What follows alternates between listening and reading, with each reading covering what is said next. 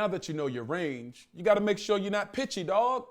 What's happening, everybody? It's Guy Lockard here again to give you some tips on how to sing better. Last week, we focused on how to find your vocal range. And, you know, it's the difference between being a soprano or being a tenor. If you're a soprano like Ariana Grande, you're probably not going to sound that great singing a John Legend song unless you changed it around a lot.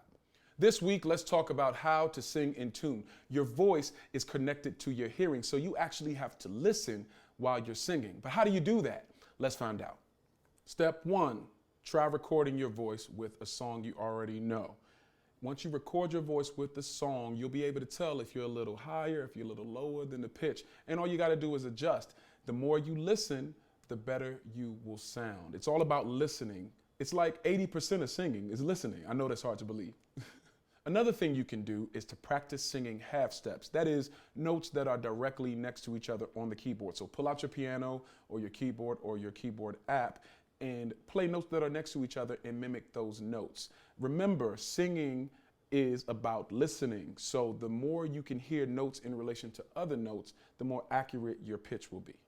If you want to get a little more advanced, try singing a chord. Go from the 1 to the 3 to the 5 and back to the 1. Jumping from the 1 to the 5 and that 5 to that 1 will make you tune in. And remember, this is all about listening. And the more you tune in to the notes in relation to one another, the clearer and more accurate your pitch will be. So don't be afraid to just jump out there, do a chord on the piano or on your piano app and sing it. And you'll be surprised how fast you'll be able to be more accurate with your pitch.